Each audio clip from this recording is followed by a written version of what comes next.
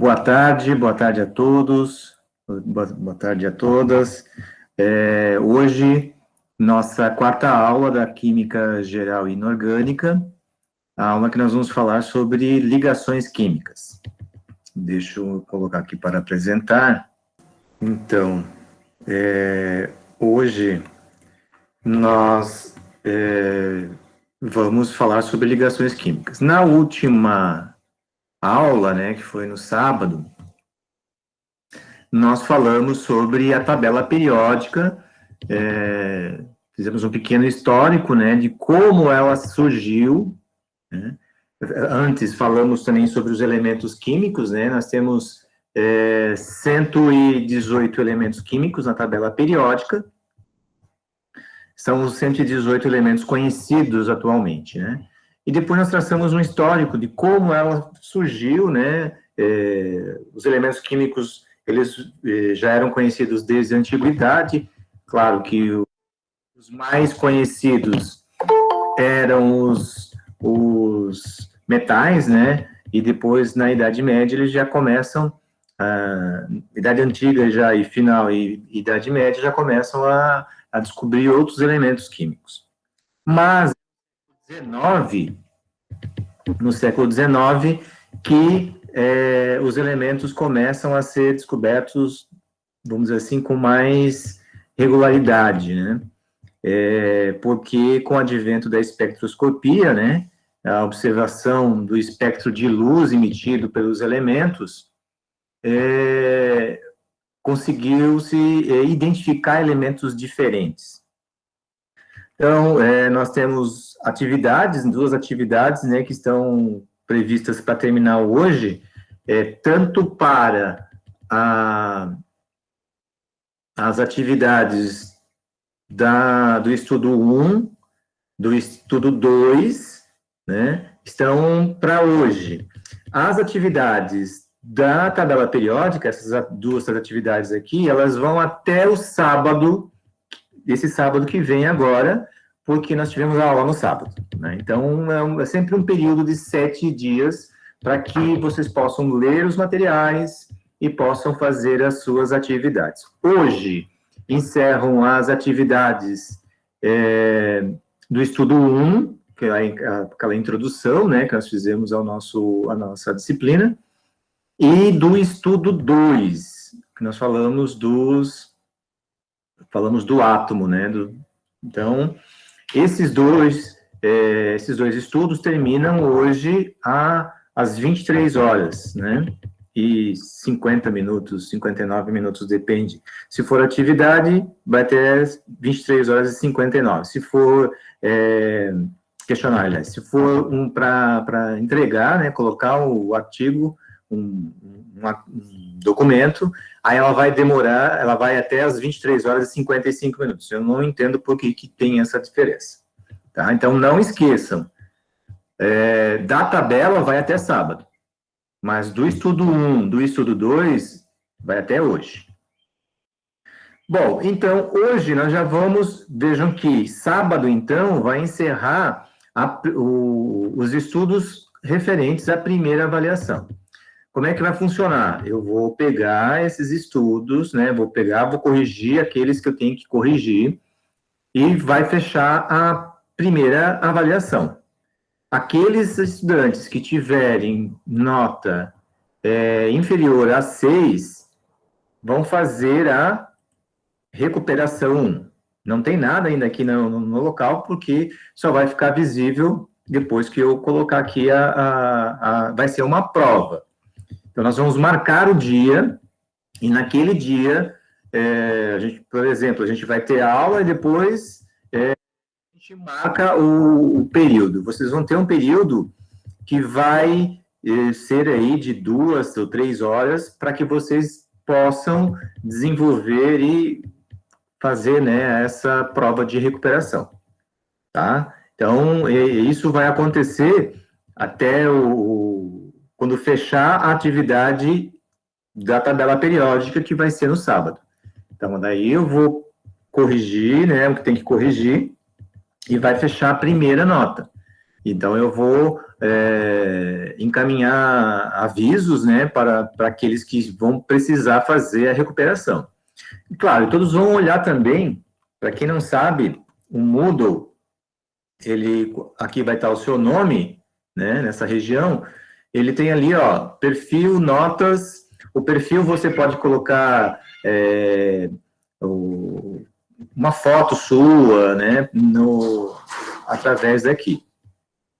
E se você clicar em notas, ele vai abrir uma nova página com todos os seus cursos e lá vai ter, né, as notas de vocês. No caso aqui, ó, se eu pegar aqui Química Geral, não é essa, desculpa, Química Geral Inorgânica, vai aparecer o livro de notas. Aqui no meu caso, para mim, aparece o nome de vocês, os e-mails de cada um, né, que estão aqui, e aparece as notas. Então, aqui, ó, tabela periódica. Teve gente que já fez alguma coisa tabela periódica, né?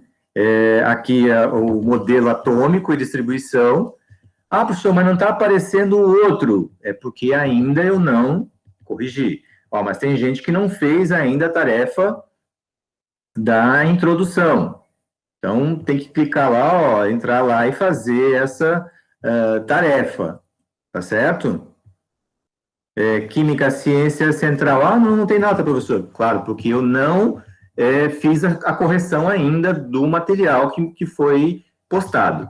Tá? Por isso que não aparece aqui. A partir do momento que eu faço a correção, já vai aparecer aqui no livro de notas. Então, eu estou só mostrando para vocês ficarem atentos, tá? Como teve na semana passada aquela manutenção, eu peço a todos que olhem as suas tarefas para ver se não bagunçou com as suas tarefas, não desabilitou a tarefa de vocês, se vocês, ela está postada. Eu peço a vocês novamente que revisem, então, a tarefa do estudo 1, as tarefas do estudo 2, tá? Para ver se elas estão postadas aí. Quem não fez, por favor, faça, né, a sua tarefa. Bom, vamos voltar lá, então, para os nossos estudos. Hoje, nós já vamos iniciar o primeiro estudo da avaliação 2, que é justamente sobre ligação química, tá?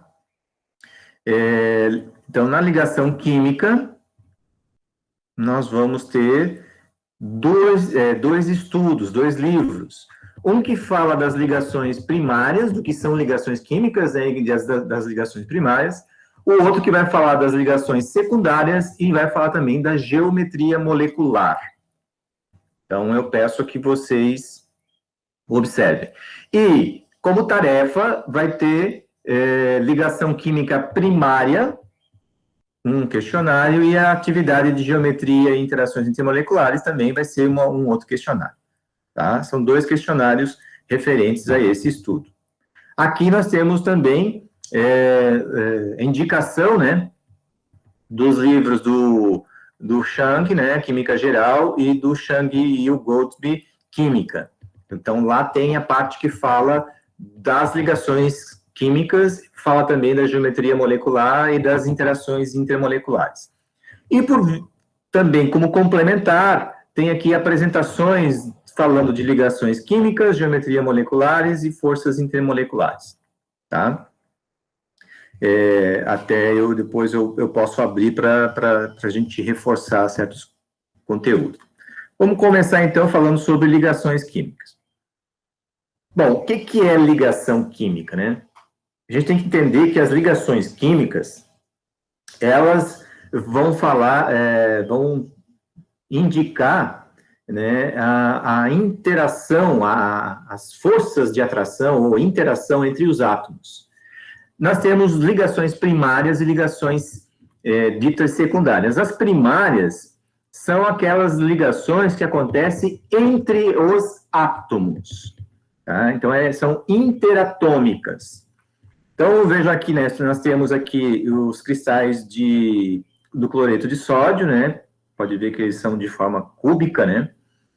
Que mostrando, né, as moléculas, né? Moléculas do metano, da água, da amônia.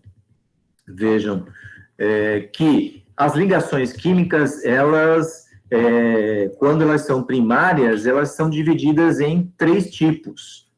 Aquelas que geram substâncias iônicas, e o nome já está indicando, né, vai ser a ligação iônica, e aquelas que falam, aquelas que nós chamamos de substâncias moleculares, que são formadas por ligação do tipo covalente, e, claro, né, substâncias metálicas, que são aquelas geradas pelas ligações do tipo metálica. Então, nós temos as iônicas, substâncias iônicas, moleculares e metálicas, né? Aqui alguns exemplos e mostrando um pouquinho de como muda, né, as características dessas substâncias. Por exemplo, ó, cloreto de lítio, brometo de potássio, cloreto de cálcio, cloreto de sódio, óxido de alumínio, óxido de magnésio. Substâncias iônicas. Aqui nós temos as fórmulas. Veja o ponto de fusão dessas substâncias. São pontos de fusão e de ebulição, por consequência, altas. No estado sólido, não conduzem corrente elétrica, mas já no estado líquido, sim, conduzem corrente elétrica. Já em substâncias moleculares, etanol, cloro, água, naftaleno, iodo, glicose, aqui suas fórmulas. Olha a diferença do ponto de fusão e, por consequência, ponto de ebulição. São baixos comparados com as iônicas. São baixos. Não conduzem corrente elétrica no estado sólido, nem no estado líquido ou dissolvido em água. E as substâncias metálicas, né, alumínio, prata, ouro, cobre, ferro, platina, aqui os seus símbolos, vejam que são elementos que são representados somente pelo símbolo, né, mas não quer dizer que é só um, quer dizer que são N, o certo seria representar ALN, AUN, né, um Nzinho pequeno, mas não é dessa forma, a gente já acredita que fica subentendido, né? Numa barra de ferro, por exemplo, tem bilhões, trilhões de átomos, né? Mas a gente só simboliza por Fe. Então, aqui nós temos o ponto de fusão deles, ó, como são muito mais altos, né? Eles são altos, eles conduzem corrente elétrica no estado sólido, conduzem corrente elétrica no estado líquido. Então, vejam que as substâncias metálicas são extremamente condutoras, né? Aqui, só um exemplo, né? Uma imagem mostrando aí a variedade de metais, né? Só a gente perceber que na tabela periódica nós temos aí praticamente 90% dos materiais são metálicos, né? Então, aqui, é um exemplo de prata, ferro, alumínio, latão, ouro, bronze, né? Claro que bronze, aço, eles são ligas, latão, são ligas metálicas. Ligas metálicas são misturas.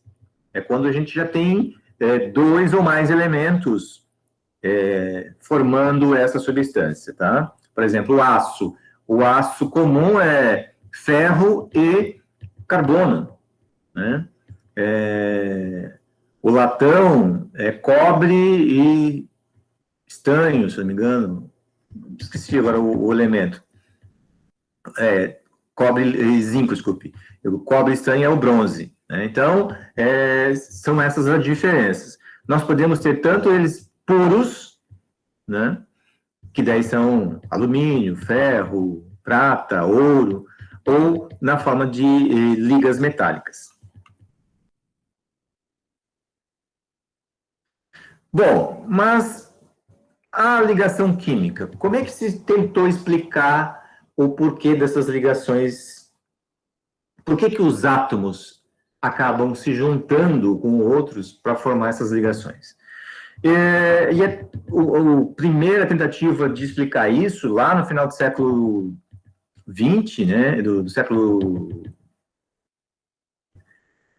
XX, foi a teoria do octeto. A teoria do octeto ela foi proposta pelo Lewis, né, o Newton Lewis. Ele pegou como base os gases nobres. Né? Por quê? Porque eles têm uma estabilidade eletrônica. Ele, então, propôs que a gente observasse que, tirando o hélio, que só tem uma camada, né? Vamos aumentar um pouquinho aqui. Tirando o hélio, que tem apenas uma camada, a primeira, né? Os demais elementos, lá o neônio, o argônio, o criptônio, o xenônio e o radônio, eles vão ter 8 elétrons na última camada. Então, a partir daí, eles formularam a teoria que a gente conhece, ou a regra, né, do octeto. Que quer dizer o quê? Que um átomo vai ficar estável quando alcançar 8 na última camada, ou, no caso, aquele que só tem a camada K, ele tem que chegar a 2 elétrons para ficar estável. Porque daí ele ficará com uma configuração igual a um gás nobre. Porque os gases nobres não precisam fazer ligação. Então, os demais elementos vão criar estratégias para alcançar esse objetivo, que é chegar a 8 elétrons na última camada. Agora, vejam bem, essas estratégias é que vão indicar o tipo de ligação que ele vai formar. Então, se a gente observar, por exemplo, a ligação dos átomos, né, na ligação primária, é átomo que se junta com átomo. E eles vão fazer se juntar, né, como eu falei, naquelas estratégias para tentar chegar nessa estabilidade energética. Todos os elementos tendem a fazer ligação para chegar à estabilidade. Tudo no nosso universo sempre quer chegar numa estabilidade energética. Tende sempre a querer chegar no mínimo de energia possível que torne ele estável. Claro, os gases nobres não precisam fazer essas ligações porque eles já têm essa estabilidade, já chegaram nesse nível de energia mais baixo, né? Então, se a gente observar aqui, né, o sal de cozinha, né, o NaCl, ele é formado por átomos de sódio e átomos de cloro. Eles se juntam para formar esse composto. Então, eles vão fazer uma estratégia para baixar esse nível de energia. As moléculas da água, né? A molécula da água é um átomo de oxigênio que se junta a 2 átomos de hidrogênio. Então, nessa estratégia já é diferente, por exemplo, que os átomos de cloro e sódio fazem lá no NaCl. E que é diferente da estratégia que os átomos de prata, por exemplo, né, usam para ficarem juntas, né, no caso do metal da prata. Então, vejam, aqui é só para a gente entender que as estratégias são diferentes e é o que a gente vai abordar agora. Então, a primeira, vamos dizer assim, estratégia é a da ligação iônica, onde existem átomos que vão gerar íons, e são os íons contrários, né, de cargas diferentes, né, o positivo e o negativo, que se atraem por energia eletrostática, se atraem e acabam chegando a esse mínimo de energia que dá estabilidade aos dois. Então, aqui ele está falando do sódio, né, e do cloro. Eu vou pegar aqui uma lousa, só para vocês entenderem, então. Vamos fazer aqui o Na, só para vocês entenderem, tá? Ele falou, ele tem 11 de número atômico. Vocês já vão entender por que eu estou escrevendo ali. Vejam só, o que significa isso? O número atômico 11 do sódio quer dizer que ele tem 11 prótons no núcleo, e no estado fundamental ele tem 11 elétrons na eletrosfera. Por quê? Porque no estado fundamental todo átomo é neutro. Isso quer dizer, tem o mesmo número de prótons no núcleo e o mesmo número de elétrons lá girando na eletrosfera. Tá? Então, a gente pega sempre esse número atômico e faz a distribuição eletrônica. Então, só para a gente perceber, ó, 1s2, seguindo lá o diagrama de Linus-Pauling, deixa eu aumentar aqui, 1s2, 2s2, 3s2, 4, opa, desculpem, 3p6, oh, não, acho que eu já fui demais, não, é isso, acho que eu estou fazendo coisa errada aqui, agora já sei o que é, 2p6, agora aqui estava o meu erro, e aí ele tem 3s1, finalizou a distribuição dele. Olha a característica dele.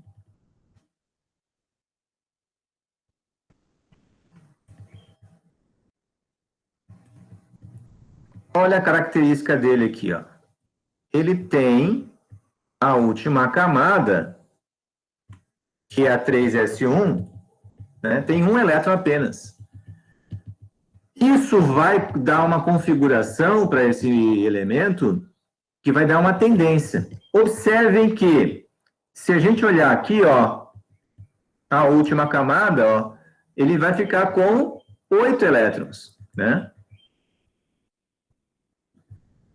Então, para esse elemento, é mais fácil ele perder esse um elétron, né? Deixa eu...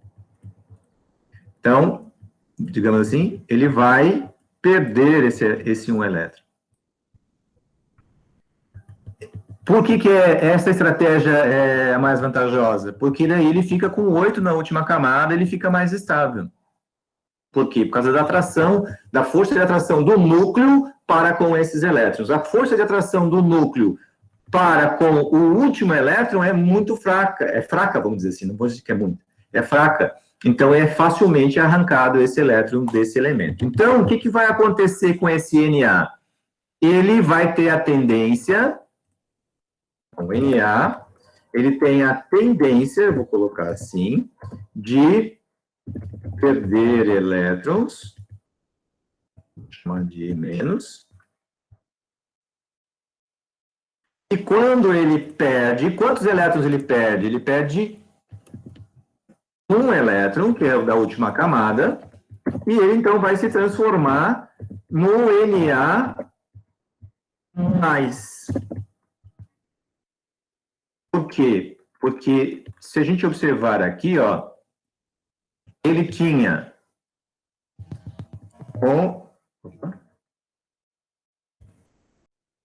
ele tinha 11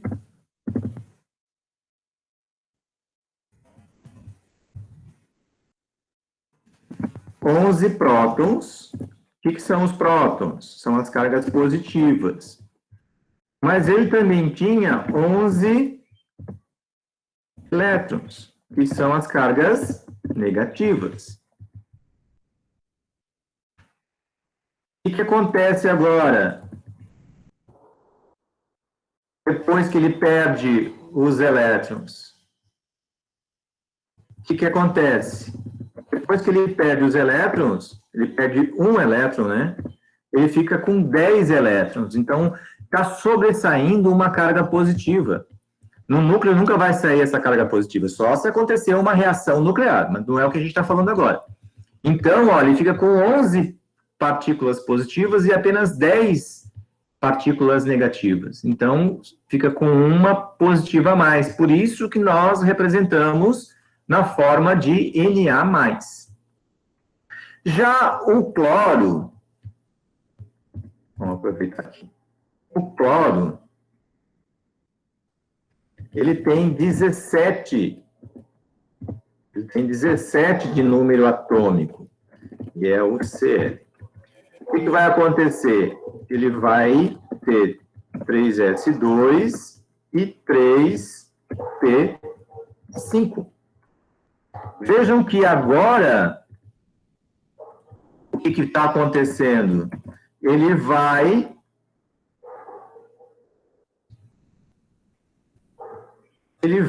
Vamos jogar isso aqui para trás, né?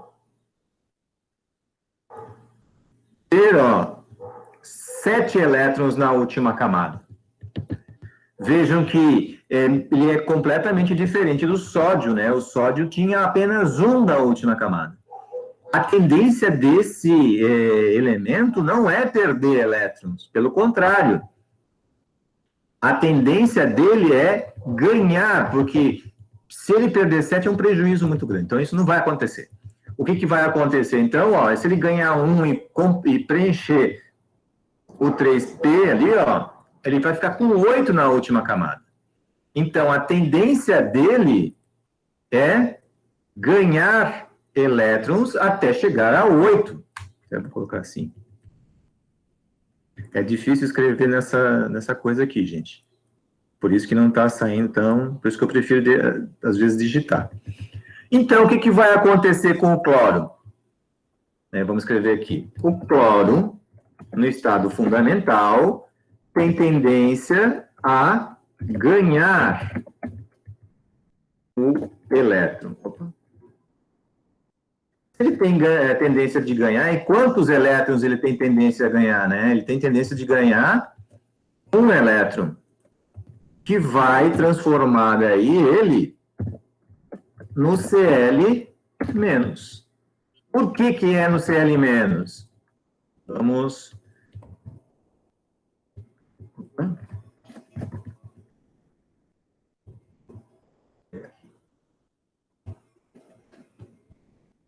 Vamos pensar o seguinte, o cloro, ele tem 17 prótons no estado fundamental, 17 elétrons. Acontece que, quando ele perde, quando ele ganha, né, ele ganha um elétron, ele passa a ter 18 elétrons. Então, agora, quem está sobressaindo são as cargas negativas, porque ele fica com 18 elétrons na eletrosfera, né, e vai ficar mais estável, porque a tendência dele é ganhar esse um elétron para ficar mais estável. Então, nós temos a formação dos íons positivo quando perde elétrons, e a formação dos íons negativo quando eles ganham elétrons. E daí, por afinidade, né, por positivo atrai negativo e negativo atrai positivo. Então, voltando lá para nossa aula, aí, é isso que ele está falando aqui, ó, né, que os elementos tendem a gerar esses íons, né, e são a atração entre o positivo e o negativo que acaba dando a formação dessas substâncias iônicas. Vejam, né, nós temos também que pensar que os metais são aqueles que vão tender a formar os cátions, enquanto que os não metais terão tendência a formar os ânions. Se a gente olhar a tabela periódica, então a gente pode observar aqui, está mostrando isso, né? Aqui, família 1A, família 2A, ou grupo 1, grupo 2. Vejam que aqui ele está mostrando os metais, né? A grande maioria dos metais que acabam fazendo esses compostos. Existem os outros também, mas aqui só para a gente ter uma noção. Dentro dos cátions, nós temos que o grupo 1, o grupo 2, o alumínio, o zinco, a prata, né, eles tendem a formar um único cátion. Então, vejam, depende de quantos elétrons ele tem na última camada. Os metais têm 1, 2 ou 3 elétrons na última camada. Né? Então, ou no caso do estanho do chumbo, né, tem até 4. Então, a tendência deles é perder esses elétrons e formar esses cátions que estão sendo mostrados aqui. Acontece que os metais de transição, eles têm a tendência de formar 2 ou mais íons, né? É o caso, por exemplo, do ferro, que pode ser o ferro 2+, ou ferro 3+, o cromo 2+, 1+3, o níquel pode ser 2+, 2+3, cobre, né, o cobre mais 2, estanho 2, estanho 4, o chumbo 2, o chumbo 4. Então, a gente tem que tomar cuidado, porque isso a gente pode ver pela fórmula também. Já os não metais, ó, eles vão formar os ânions, porque eles têm tendência a ganhar esses elétrons. Como é que eu vou saber daí? Pelo grupo, ó.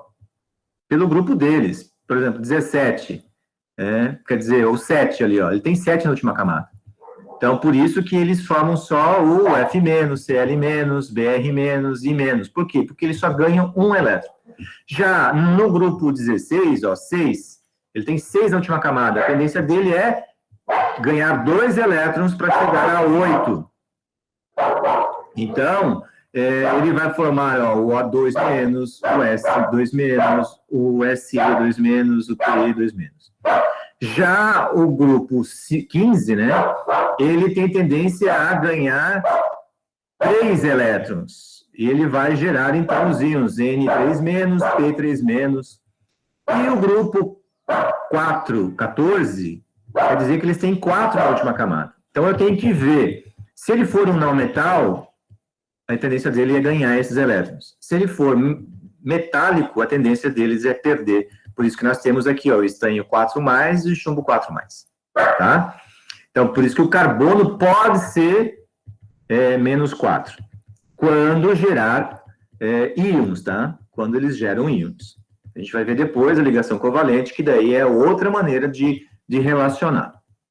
Mas, então, quando nós temos a formação de ligação iônica, é porque tem um íon positivo, que é gerado pela perda do elétron desse elemento, então gera o que a gente chama de cátions, e vai gerar também aqueles íons negativos, porque os elementos no estado fundamental ganham elétrons. E nós damos o nome de ânion. Então, a ligação iônica, ela é em função da atração do cátion pelo ânion. Eles vão sempre tender a neutralizar as suas cargas, tá? Deixa eu voltar lá para a nossa lousa, só para a gente entender aqui, né?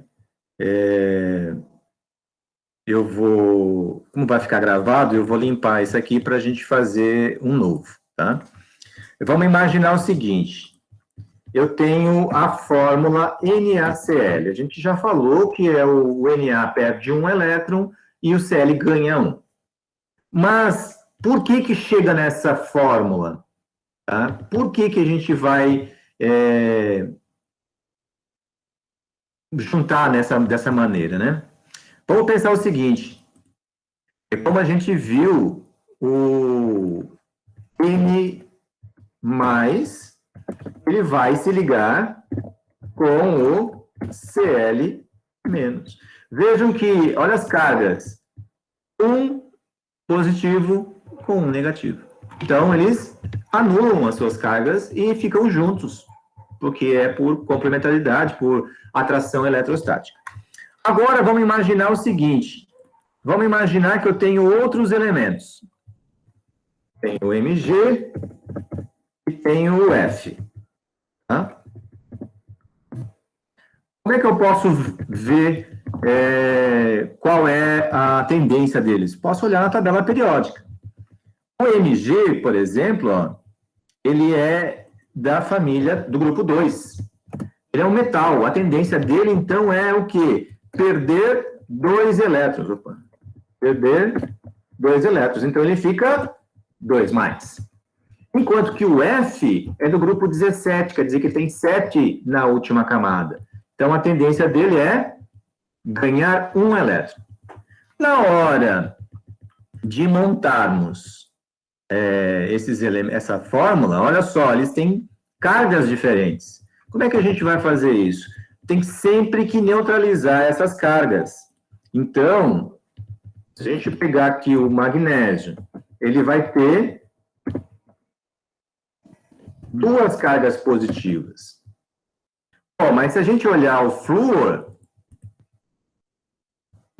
o que acontece? O flúor tem uma carga negativa. Um flúor não consegue neutralizar o magnésio. O que precisa fazer, então? Ele precisa ter 2 flúors para poder neutralizar o magnésio. Então, como é que ficaria a fórmula dele? Lembrando, as fórmulas iônicas, primeiro vem o cátion e depois vem o ânion. Então, o primeiro é o Mg. Depois vem o F. Mas quantos Fs eu precisei? Ó, eu precisei de 2 Fs para neutralizar. Então, é F2. MgF2. Tá? Então, é dessa maneira que a gente vai pensar a ligação. Existe uma fórmula geral, tá? A fórmula geral diz o seguinte, que o cátion, que tem carga mais, vou chamar assim, mais X, quando se liga com o ânion, que tem uma carga menos Y, nós vamos juntar na forma, vou botar aqui, que eu acho que é melhor. Nós vamos, ele vai se juntar, né, na forma de cátion Y, ânion X. Quer dizer, inverte, né, para poder neutralizar. Quando o X e o Y forem iguais, essa numeração vai ficar 1. Por exemplo, ali, ó, NaCl, né, é 1. Tá? Vamos pegar um outro exemplo, ali o Mg, né, ó. O Mg, ele tem mais 2, que foi o que a gente acabou de fazer, né? Ó, ele tem mais 2. O 2, então, passou para o F. Sempre que nós temos um elemento representado, né, um cátion, na hora de montar a sua fórmula, a gente tem que cuidar, né? Vamos botar aqui o S-2. Olha só, como é que vai ficar, então, a fórmula? Como eles são diferentes, nós vamos, na sua fórmula, vai ficar, então, Fe2S3. Lógico, eu não estou colocando aqui, porque nessa lousa aqui não dá para diminuir eles, né? Mas eles, sempre que o número vem atrás do elemento, ele vem menor, né? Ele vem subscrito. Tá? E quando nós estamos indicando as cargas, ele vai sobrescrito. Tá? Já vou mostrar aqui, então, na nossa aula. Então, aqui, ó. Os íons são sempre sobrescritos. Tá? E está indicando as cargas. Nas fórmulas, o número que vem atrás é sobrescrito. E está indicando o número de íons que estão fazendo parte dessa fórmula. Nós temos que pensar também que essa ligação iônica, ela é uma ligação entre esses íons positivo e negativo, e ela é uma ligação não direcional. O que isso quer dizer? Ó, um íon negativo é rodeado por outros íons positivos. E um íon positivo é rodeado por outros íons negativos. E isso cria o que a gente chama de retículo cristalino. Vai formar cristais, tá? E no cômputo geral desse cristal, eles se anulam as cargas positivas, anulam as cargas negativas e vice-versa, tá? Então, todos os compostos iônicos geram esse retículo cristalino. Por isso que a gente consegue ver os cristais. É só a gente lembrar, né, quem vai fazer churrasco, né, ou que já participou de um churrasco, coisa parecida, ver que tem os cristais do sal grosso lá, né, são cristais, são cubos, né, na sua grande maioria. Tá? Aqui, né, nós temos algumas fórmulas, né, a gente mostra aqui, do brometo de potássio. O nome é sempre do ânion, né, ao contrário da fórmula, vem primeiro do ânion e depois o nome do cátion. Então, é brometo de potássio. Iodeto de zinco, veja, ó, o iodeto é negativo, é 1 menos, mas o zinco, ele tem 2 cargas positivas, por isso que precisou de 2 iodos, né? 2 iodetos. Aqui, ó, o caso do alumínio, que é 3+, e do oxigênio, né, do óxido, que é 2-. Então, aqui, invertendo, então, aqueles índices, ó, nós vamos ter que, eu preciso de 2 alumínios para neutralizar 3 oxigênios e vice-versa. Tá? Então, eu peço que vocês fiquem bem atentos quanto a isso para resolução das nossas atividades. Aqui, então, vejam só, né? Os cátions, grupo 1, grupo 2, grupo 13, que é o alumínio, e os ânions, que são os não metais, né? Grupo 15, então, olha só lembrar, ó, 5 para chegar a 8, faltam 3. Grupo 16, 6, faltam 2 para chegar a 8, então ele precisa de 2 elétrons. E o 17, 7, falta 1 para chegar a 8, é o caso do cloro, né, que precisa de 1 elétron. Então, aqui está a fórmula, né, ó, é sempre o cátion primeiro e depois o ânion. Olhem aqui a demonstração, né? A carga do X é a quantidade de ânions e a carga do ânion, né, do Y, é a quantidade de cátions que a gente vai precisar. E ele está mostrando justamente isso, tanto para o fluoreto de cálcio, vamos colocar no meio da tela, fluoreto de cálcio, que é 1Ca para 2 Fs, e como o óxido de alumínio. Preciso de 2 alumínios para 3 óxidos. Tá? A nomenclatura sempre começa pelo o elemento negativo e depois o nome do elemento positivo, do cátion, né? O primeiro do ânion e depois do cátion. Aqui só mostrando, né? Ó, aqui nós temos o sódio, aqui nós temos o íon sódio, porque é o cátion, né? O cátion Na+. O elemento potássio e aqui o íon potássio.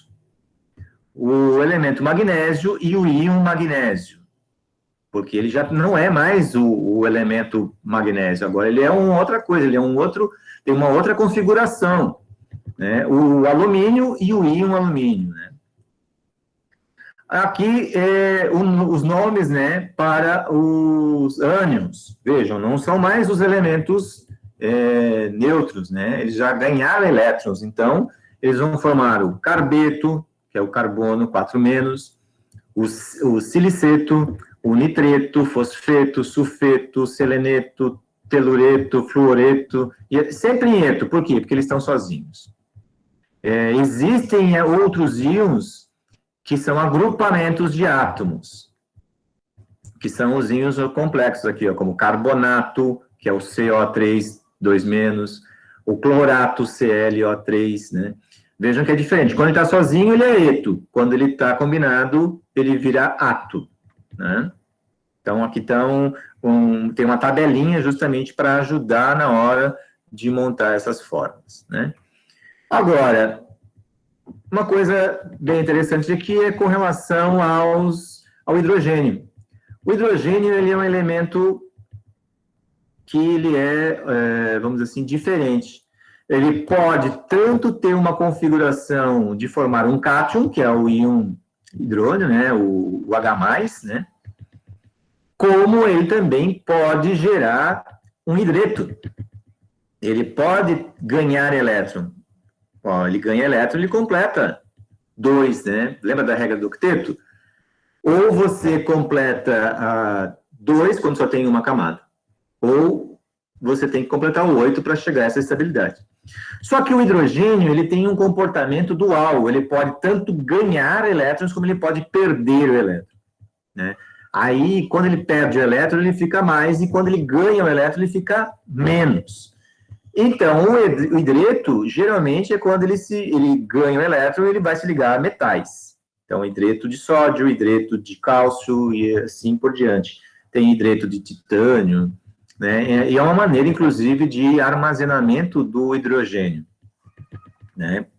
Principalmente que ele, pensando em energias renováveis, né, já está se estudando muito nesse sentido. Aqui, né, um vídeo para fixar bem isso, desse grupo Socrática, né, ele é bem instrutivo para entender como é que funciona, né, por que se forma o cátion, por que se forma o ânion, e o resumo, né, é a ligação iônica. Tá? Eu peço que vocês assistam, leiam o material. Como segunda ligação primária, então vem a ligação covalente. O que é a covalente? É quando os elementos agora vão estabelecer o que a gente chama de compartilhamento de elétrons. Vejam, então agora eles não vão perder ou ganhar elétrons. Eles vão fazer o que a gente chama de sociedade de elétrons. Porque eles têm natureza igual. Como assim natureza igual? A natureza igual no sentido de eles precisarem de elétrons. Porque quem forma as ligações covalentes geralmente são os não metais. Tá? Então, o que aconteceu? O hidrogênio, por exemplo, o hidrogênio tem um elétron. Então, se eu pegar 2 hidrogênios, eles acabam compartilhando um elétron de cada um e acabam chegando à estabilidade. E geram, então, um par de elétrons compartilhados, que a gente representa como uma ligação covalente. Tá? Então, eu posso representar esses 2 elétrons na forma de um traço, que indica a estrutura, né, que está havendo entre, essa ligação que está havendo entre esses 2 elementos. Essa ligação aqui também foi proposta pelo Lewis, né? A gente vai ver que é o que a gente chama de ligação fórmula eletrônica, porque tende a mostrar os elétrons da última camada. Aqui está mostrando, inclusive, o flúor. O flúor tem, na sua distribuição eletrônica, né, um S2, 2S2, 2P5. Quer dizer, ele tem 9 elétrons na sua eletrosfera. Sendo que na última camada, a segunda, no caso, né, ele tem 7. A tendência dele é o quê? É ganhar um elétron para ficar mais estável. Então, quando ele faz isso, ele estabelece a ligação covalente. Vejam que sobraram aqueles pares de elétrons, está mostrando aqui na figura abaixo, que não participaram da ligação. Então, o traço indica que um elétron é do flúor da esquerda com um elétron do flúor da direita. Então, vamos ver o seguinte, quem faz essas ligações? Aqui só mostrando, o hidrogênio, o gás oxigênio, o gás nitrogênio. Por que geram, nós temos esses elementos? Porque eles fazem as covalências, eles compartilham elétrons. No caso do hidrogênio, um par de elétrons. No caso do oxigênio, já partilha dois pares de elétrons, né? Então, a gente vai representar por um duplo traço. E o nitrogênio já partilha 3 pares de elétrons. Lembrando, a regra do octeto diz que eles têm que alcançar 8 na última camada. Com exceção do hidrogênio, né, que só tem uma camada, tem que chegar a 2. Mas vejam o oxigênio. Cada átomo tem 6 elétrons. Então, quando eles compartilham 2 elétrons do átomo vizinho, eles têm aqui, 2, 4, 5, 6, 7, 8. Eles chegam à estabilidade porque eles alcançam 8 na última camada. Mas aí já é o conjunto, né? Porque é 8 para um oxigênio e 8 para outro. Né? Eles já alcançaram a estabilidade. O mesmo acontecendo com o nitrogênio. Por isso que ele vai fazer 3 compartilhamentos de elétrons, né? De pares de elétrons. Porque ele tem 5, cada um tem 5. Então, a maneira que eles têm para a estratégia, né, para chegar à estabilidade é fazer o compartilhamento de 3 pares. Então, 3 ligações, né? Aqui a gente está mostrando, a fórmula molecular só indica a quantidade de átomos que está fazendo ligação. Então, são 2 hidrogênios. A fórmula eletrônica mostra os elétrons da última camada. Então, aqui está mostrando, cada hidrogênio só tem 1. Aqui, cada oxigênio tem 6, por isso que ele compartilha 2 com cada oxigênio. Nitrogênio tem 3. Vejam, compartilhou 3 pares de elétrons, 3 traços. Cloro só fez um compartilhamento, um traço. Então, esse um traço indica que é compartilhamento de um elétron de um átomo com o elétron do outro átomo. Tá? Como é que a gente vai estabelecer, montar essas ligações? tá? Essa figura, inclusive, aqui não apareceu. Depois eu vou mostrar ela para vocês. Vamos pegar lá a nossa lousa. Vamos limpar aqui.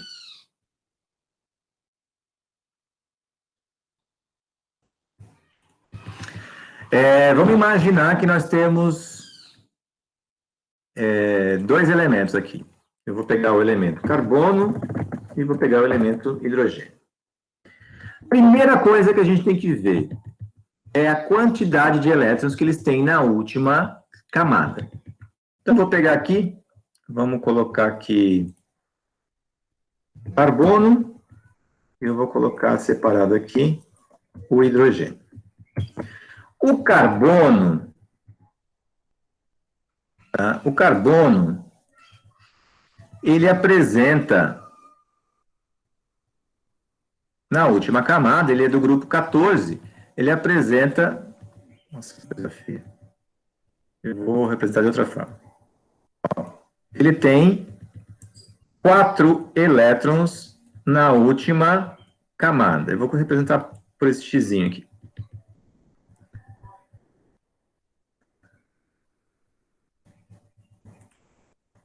Acho que fica melhor, né? 4 elétrons na última camada. Olhem só, cada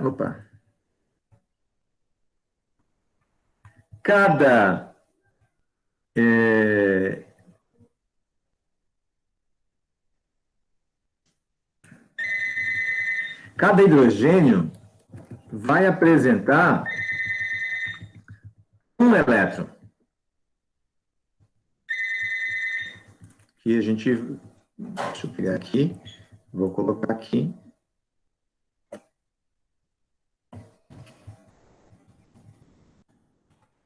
Então, vamos representar aqui por uma bolinha.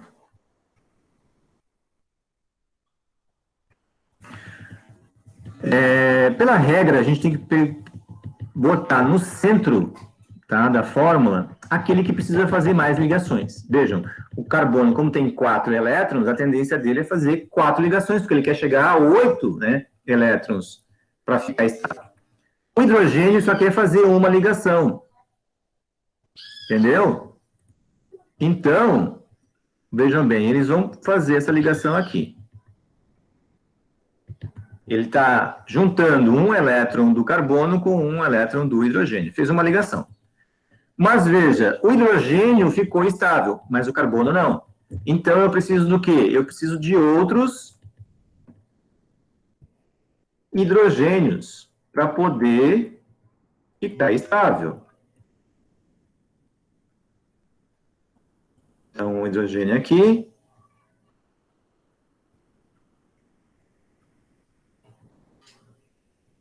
Opa.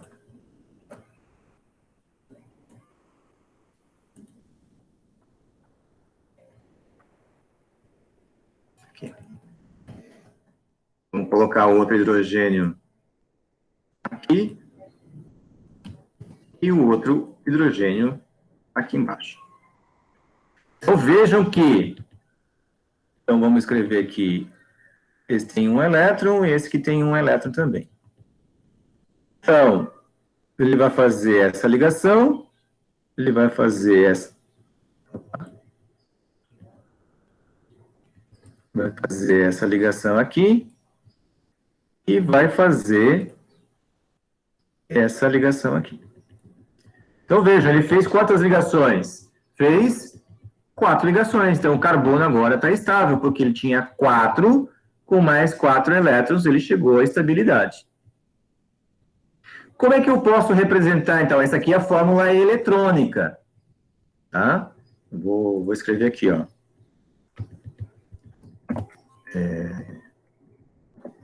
Fórmula eletrônica.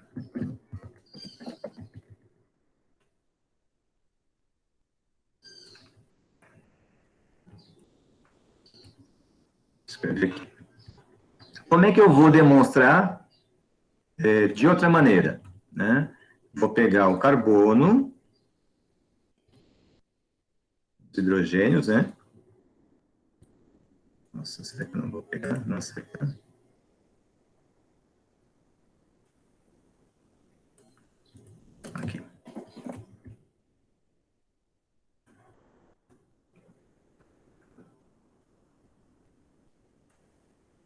carbono.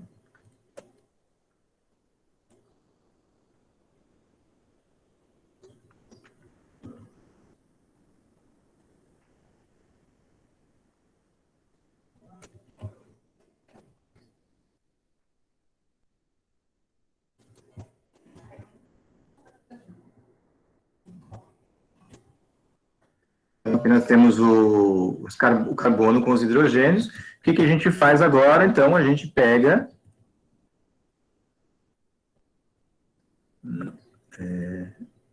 e representa na forma de traço. Era para ser traço, tá? Mas minha coordenação motora... Ó, tá melhorando. Cada par de elétrons compartilhado é um traço. Beleza. Então, essa aqui é a fórmula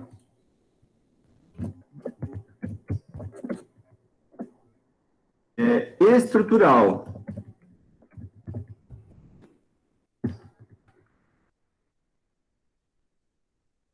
Então, essa aqui é a fórmula estrutural. E a última fórmula, né, que a gente já falou, é o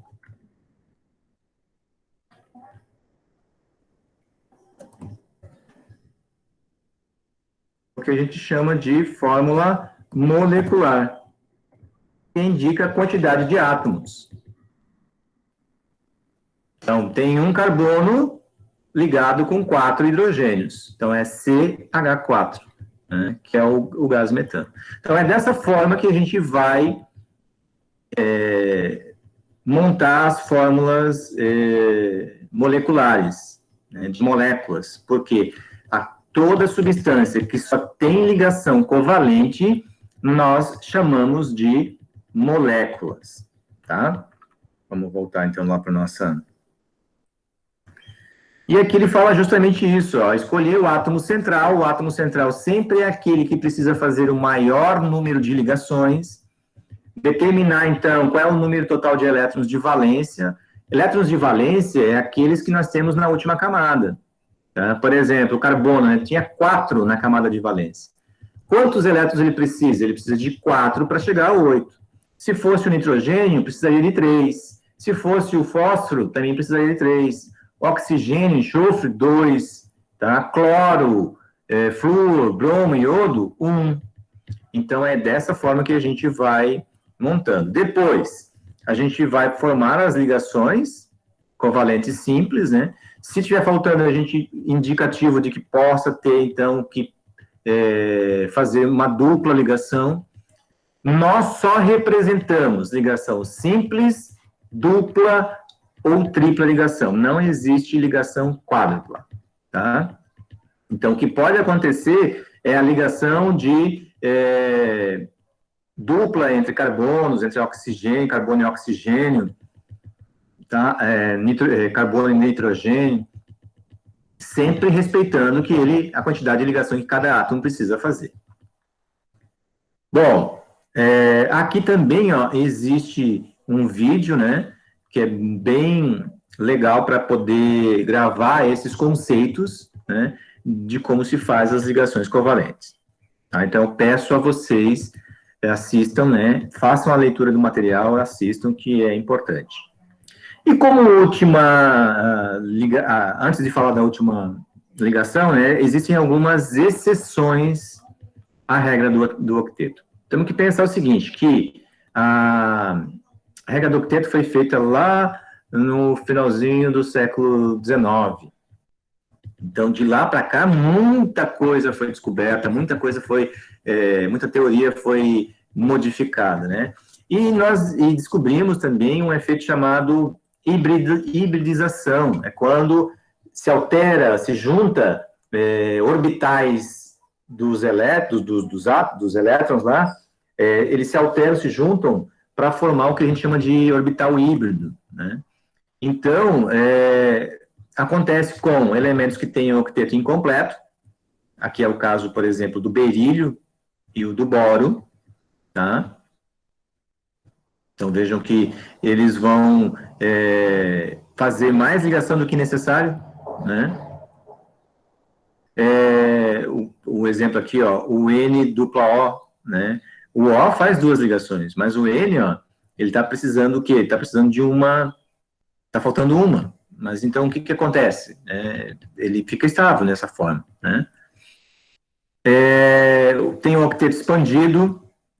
Quando que é o octeto expandido? É quando o elemento faz mais ligação do que ele precisa, pela regra do octeto. Então, a gente percebe de cara, o S, ele está na família, no grupo 16, só precisaria fazer duas ligações. Mas ele está fazendo 6. Isso quer dizer que ele não segue a regra do octeto. Então, a gente vai perceber quando esses elementos não seguem a regra do octeto, tá? Por quê? Porque ele expande, né? Ele vai fazer a hibridização de orbitais, né? E aí ele consegue fazer essas ligações a mais. Aqui também tem o caso, por exemplo, do neônio, né? Do neônio, desculpe, dos gases nobres. Os gases nobres, como a gente viu antes, eles são estáveis, porque já tem 8 na última camada. Mas podem fazer compostos, podem se ligar, né? Existem os gases nobres que têm maior número de camadas, 4, 5, 6 camadas, né? Eles já foram sintetizados compostos com esses elementos. E a última ligação primária, que é a ligação metálica. Vejam, é a ligação entre os metais, né? Na ligação metálica, acontece que esses metais, se a gente lembrar pelo que a gente já viu, né, eles têm a tendência de ter 1, 2, 3 e no máximo 4 elétrons na última camada. Isso fez com que os cientistas se debruçassem sobre isso e ficassem imaginando o que acontece, né? E aí a teoria usada para tentar explicar isso é a da nuvem eletrônica. Por quê? Como os elétrons da última camada estão soltos, vamos dizer assim, são fracamente atraídos pelo núcleo, eles acabam gerando o efeito nuvem e acabam envolvendo, né, gerando os cátions, né, e acabam envolvendo esses cátions. Então, segundo essa teoria, por isso que os metais apresentam brilho, né, se polido, né, apresentam brilho e apresentam boa condutividade elétrica e térmica, né, justamente por causa desses elétrons das últimas camadas. Uma outra questão é que esses metais acabam gerando retículo cristalino, assim como os iônicos. Eles acabam gerando tanto formas cúbicas, né, cúbico de corpo centrado, como cúbicos de face centrada, hexagonais. Então, depende do tipo do metal, né, ó.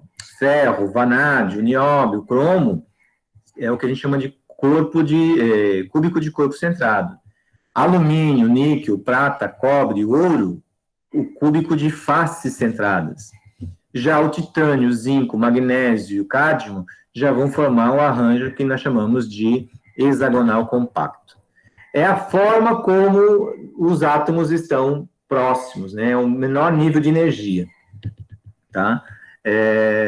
Então, se eles apresentam esse retículo cristalino, isso quer dizer que os elétrons vão estar gerando através deles, tá?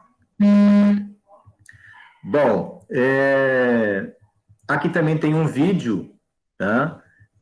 Que vai mostrar sobre essas ligações e por que os metais, então, apresentam propriedades como maleabilidade, ductibilidade. Então, aqui nós vamos entender isso, certo? Bom, então a gente encerrou a parte das ligações primárias. Na ligação secundária, a gente começa a falar de geometria molecular. Eu peço a vocês que leiam essa parte, tá? A geometria molecular surge principalmente devido a um modelo que a gente chama de repulsão dos pares eletrônicos da camada de valência. Esse modelo foi amplamente discutido no século XXI, né? Em que essas ligações, aquelas ligações covalentes que nós falamos, dependendo da quantidade de átomos ligados, ele acaba gerando uma geometria, um ângulo, né, entre essas ligações. E vejam, além disso, também tem os elétrons não ligantes. Para isso, esses elétrons não ligantes também acabam gerando atração e repulsão, né, com esses pares das ligações. Vejam, então, quando o átomo central não tem par de elétrons não ligantes, essas são as geometrias que nós podemos ter. Linear, trigonal plana, isso quer dizer, está sempre no mesmo plano, tetraédrica, né, bipiramidal trigonal e octaédrica. Então, depende do átomo central sempre que a gente vai analisar. Existem algumas regras que a gente deve aplicar ao modelo, né?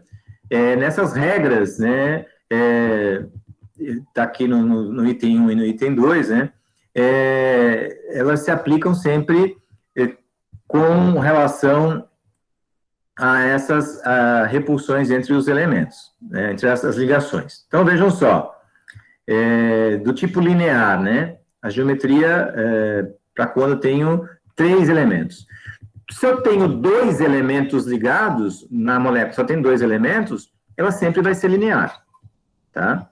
Agora, quando eu tenho 3 e não existe par de elétrons não ligantes, a tendência é ser linear. É o caso do cloreto de berílio, do cloreto de mercúrio, né, do CO2. Agora, se eu tenho 4 átomos ligados e não existe par de elétrons não ligantes no elemento central, nós vamos ter o caso da trigonal plana, é o caso do fluoreto de bóron. Se tem 5 elementos ligados e não tem elétrons não ligantes no central, ele vai formar uma geometria tetraédrica, uma pirâmide de 4 lados iguais. Então, nós temos o caso do gás metano, que é o CH4, e do íon amônio. Bipirâmide trigonal, é o caso do PCl5, então, ele tem uma pirâmide para cima e outra para baixo, por isso que a gente chama de bipirâmide trigonal, o centro é um triângulo. E tem a octaédrica, então é como uma pirâmide que no centro nós temos um quadrado, então é a pirâmide para cima e outra para baixo. Então, que é a octaédrica, é o caso do SF6, tá? Aqui ele vai mostrar, então, essas geometrias, né? Está mostrando aqui os exemplos, né? É o caso do metano aqui, a tetraédrica, o ângulo de ligação, né? Então, aqueles que a gente acabou de falar. Quando tiver pares de elétrons não ligantes, né, vai acontecer que as geometrias mudam. É o caso, por exemplo, aqui, ó, do SO2.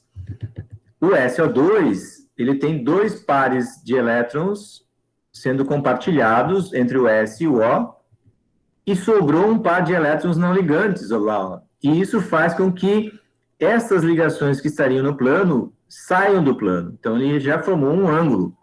Então, nós temos a geometria angular.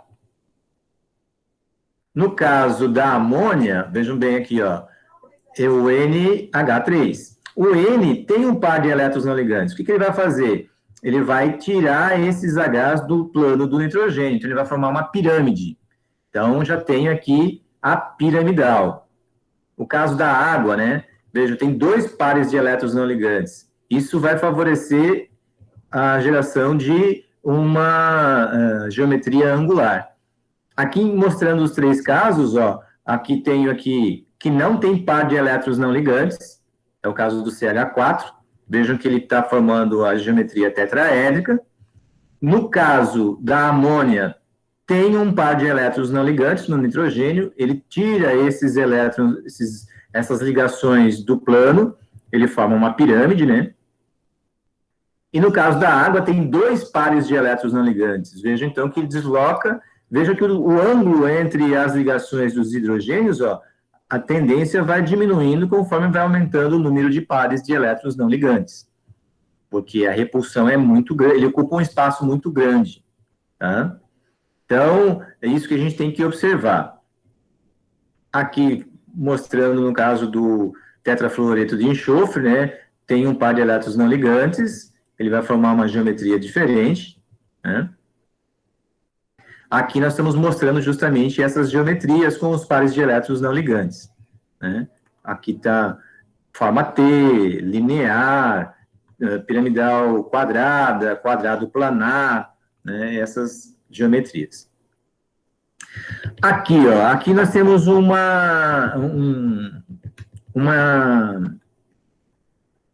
vamos dizer assim, um modo de interação, um modelo, né, que a gente pode observar as ligações. Aqui é só para covalente e que não tem pares de elétrons não ligantes, tá? Então, eu posso trabalhar com ligação simples, eu posso trabalhar com ligação dupla. Então, veja, eu posso tirar. Então, estou com o meu elemento, vou colocar uma ligação simples. Se eu colocar duas, ó, linear. Se eu colocar terceira, vejam que ele vai formar, estão todos no mesmo plano, então é trigonal, se eu juntar os elementos lá de fora, ó, forma um triângulo, então é trigonal plana. Se eu colocar mais um, já formou o que a gente chama de tetraedro, tetraédrica, né? Posso até colocar o nome dela, ele vai dar o nome aqui, ó, tetraédrica. Se eu tirar, ó, trigonal plana, se tirar mais uma, linear, né? Se eu colocar uma dupla, trigonal plana, tá? Então, vocês podem ir observando isso, né? Ah, uma tripla, lógico, vamos tirar aqui, senão... É o caso, por exemplo, do HCN, né? E eu posso pegar moléculas reais, aí ele vai mostrar, ó, é o caso do cloreto de berílio, ó, claro, linear, né? Se eu pegar aqui o fluoreto de bromo, trigonal plana, pode ver, ó, se eu colocar alinhados, ó, eles estão todos no mesmo plano, ó. Tá? Então, CH4, que daí é o tetraédrico, né? Ele mostra todas ali. Pode até mostrar os ângulos de ligação, né? Então, eu peço que vocês façam, deem uma boa olhada aqui, certo? E, ainda falando sobre geometria, né? As regras de como eu vou identificar, né, a geometria, tá? Então, ele mostra aqui, por exemplo, né, e dá os exemplos para vocês encontrarem essas geometrias. No material de apoio, tem essas tabelas resumo que vocês podem utilizar, tá? Você pega a fórmula e identifica lá quem é o átomo central e você pode olhar, ó, tem quantos átomos? Tem dois átomos, NCT é número total de coordenação. Quantos pares de elétrons sendo compartilhados, né? O PNL é par não ligante. Então, aqui, ó, 0. Quantos pares de elétrons ligantes? 2. Então, é linear a molécula. 3, trigonal plana. 4, tetraédrica. 5, bipirâmide. 6, octaédrica. É uma maneira de você identificar quantas ligações saem do átomo central. Tenho 3, só que um é um par de elétrons não ligantes. Então, já é angular, ó. São 2 ligantes e um não ligante. Por isso que o total é 3. 4 mais 1 é não ligante. Então, é piramidal, uma pirâmide trigonal. É o caso, por exemplo, do NH3. Então, aqui você consegue identificar através desse resumo. Bom, mas a gente não pode esquecer daquela propriedade que a gente falou na aula do sábado, que é a eletronegatividade. Como os elétrons estão fazendo ligação... Só um momentinho, acho que o meu celular acabou a bateria, só vi agora. Deixa eu estar aqui. Deixa eu tentar botar minha câmera aqui e ver se aparece. Não. Vamos voltar lá, então, para a nossa...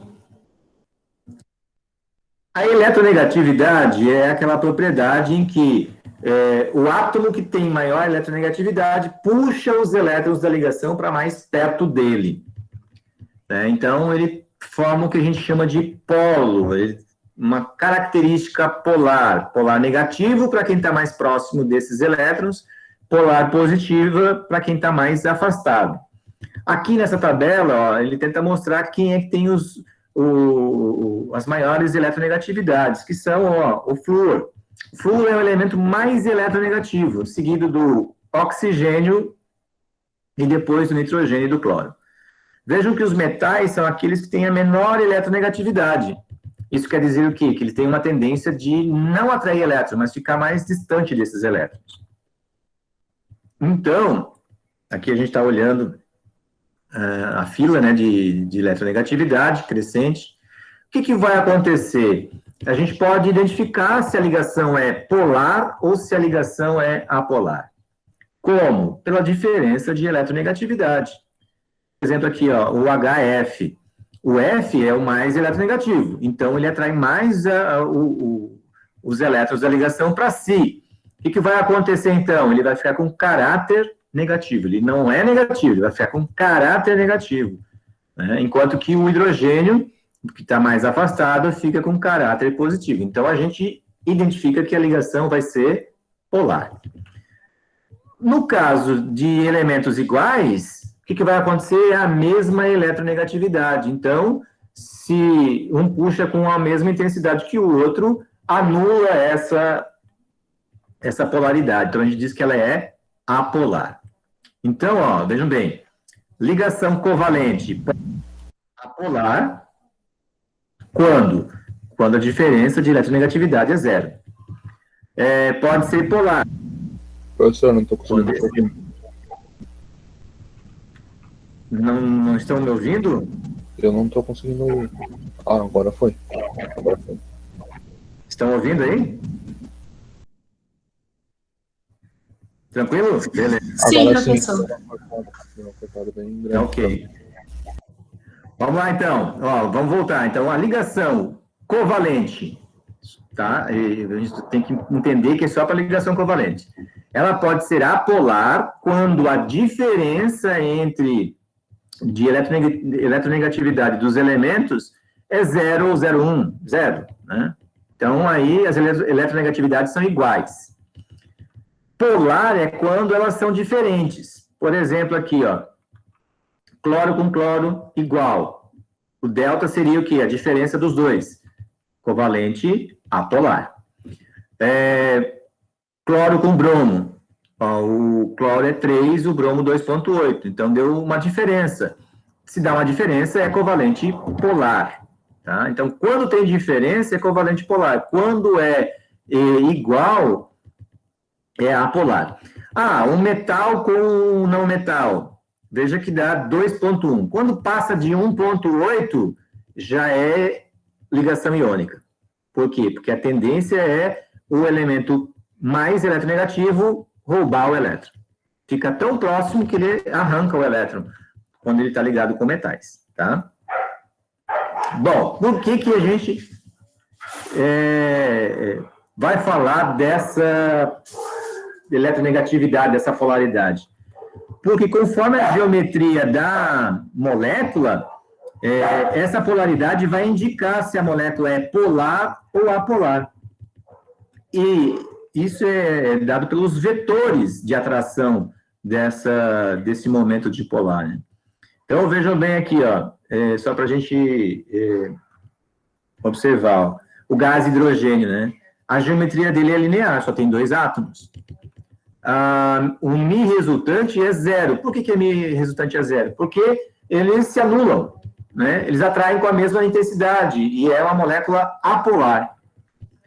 Já o gás fluorídrico também é linear, porque só tem 2 átomos, mas os elétrons estão indo em direção, ó, são mais atraídos pelo flúor. Então, o Mi resultante é diferente de 0.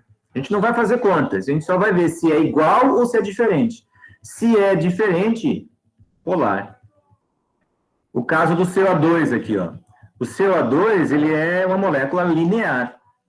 O oxigênio puxa, é mais eletronegativo, puxa os elétrons do carbono o lado dele.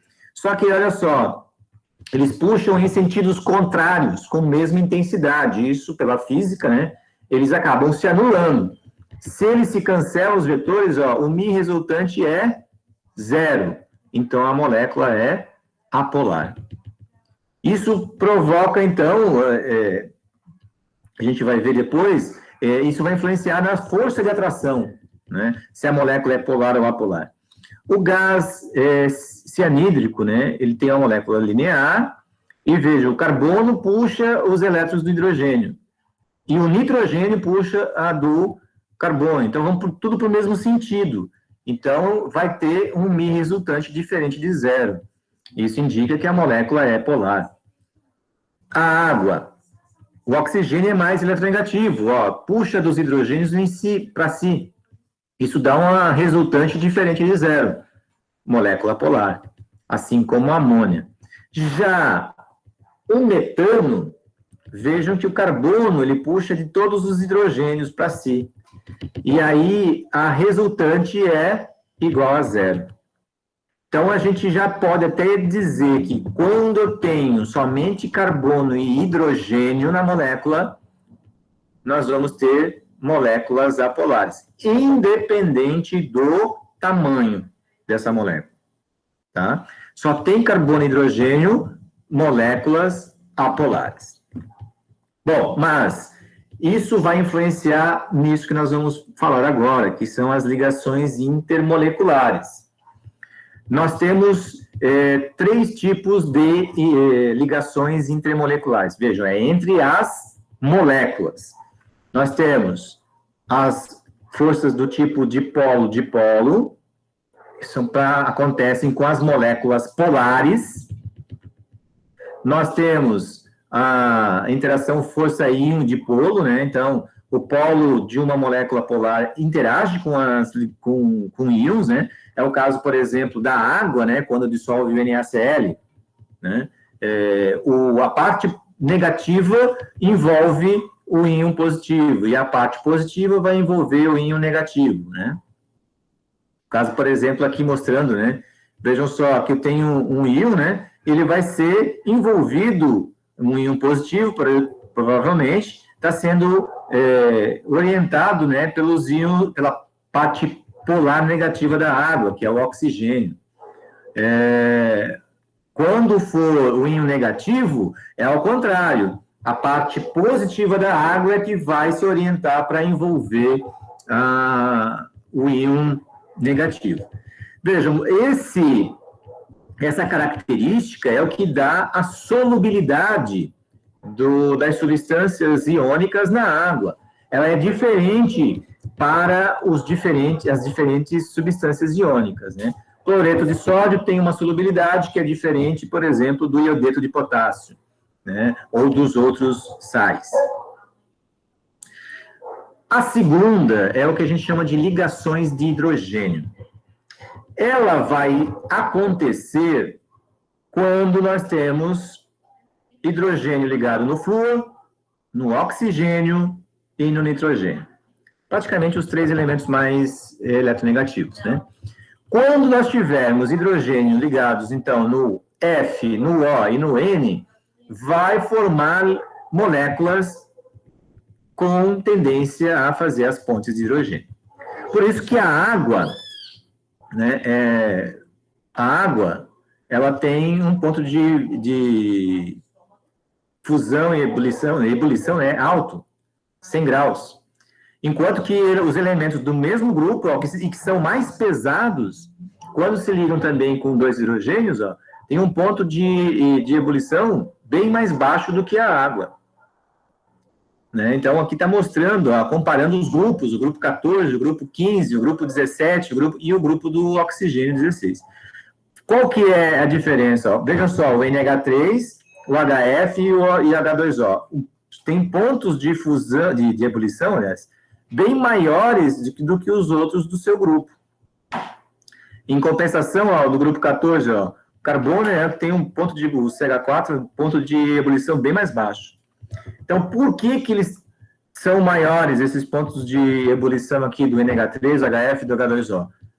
Se justifica pela força de atração das pontes de hidrogênio, que são as forças de atrações mais fortes dessas três que nós estamos falando, tá? E essas pontes de hidrogênio são aquelas que aparecem, inclusive, no DNA, lá entre as bases, né? As bases tiamina e adenina, né? Vão formar 2 pontes de hidrogênio, a guanina e a citosina vão formar 3. Essas pontes de hidrogênio é que dão a forma de hélice, né? Porque mantém os aminoácidos, né? Essas bases, aliás, desculpe, de uma fita unidas com a da outra fita. Então, por isso que dá a dupla hélice. Só para a gente compreender, né? E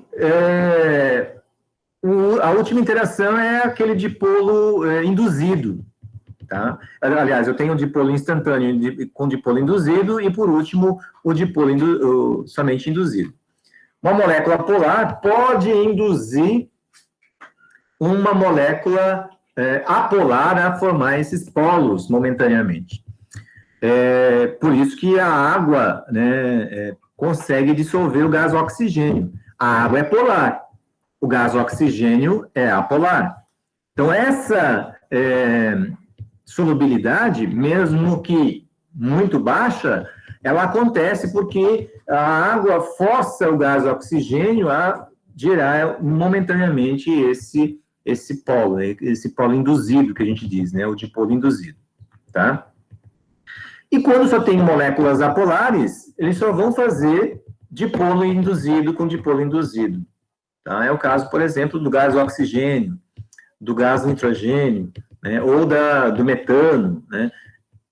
Não tem polos, então a tendência é fazer essa distorção momentânea e aí acabam tendo interação. Pela ordem, né, vamos dizer assim, as mais fracas são aquelas de dipolo induzido, que são, ou também chamadas de Van der Waals, né, ou forças de London, que são geradas pelas moléculas apolares. Essas são as mais baixas que tem. A dipolo permanente, que são aquelas polares, vamos dizer assim, polares fracas, né? É tipo o HCl. As moléculas do HCl têm o polo positivo e um polo negativo. Então, elas geram essas dipolo permanente. E as pontes de hidrogênio, entre as três, é a mais forte, né? Porque é o que a gente chama de polar forte, tá? Então, essas são as interações. Eu peço a vocês que observem aqui, né, os materiais complementares. Até vou abrir um aqui, porque tem uma coisa bem interessante para a gente observar aqui. Vai falar, né, dessas forças intermoleculares, que elas influenciam no estado físico, né, dessas substâncias. Aqui está mostrando as interações, né, tipo de ligação. O composto iônico tem uma ligação muito forte. A ligação covalente já é uma ligação que tem um valor mais baixo do que os compostos iônicos.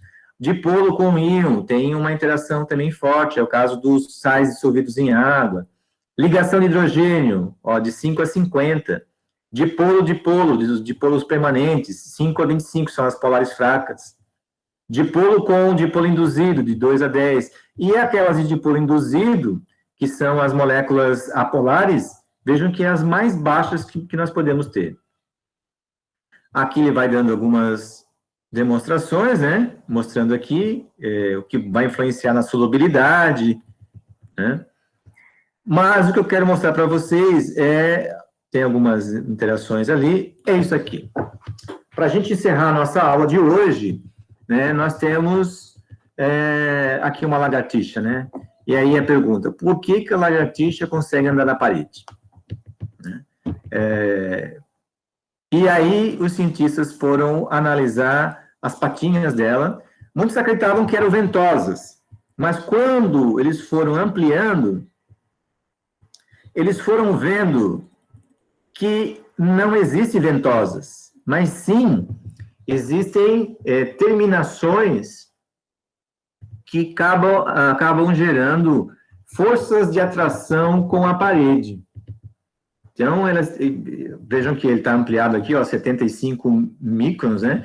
E vejam que ainda elas são divididas em quadradinhos menores ainda. Essas terminações acabam gerando uma força de atração com a parede, né? E acaba deixando ela poder se movimentar através dessas ligações fracas, né? Que acontece instantaneamente com as moléculas da parede, né?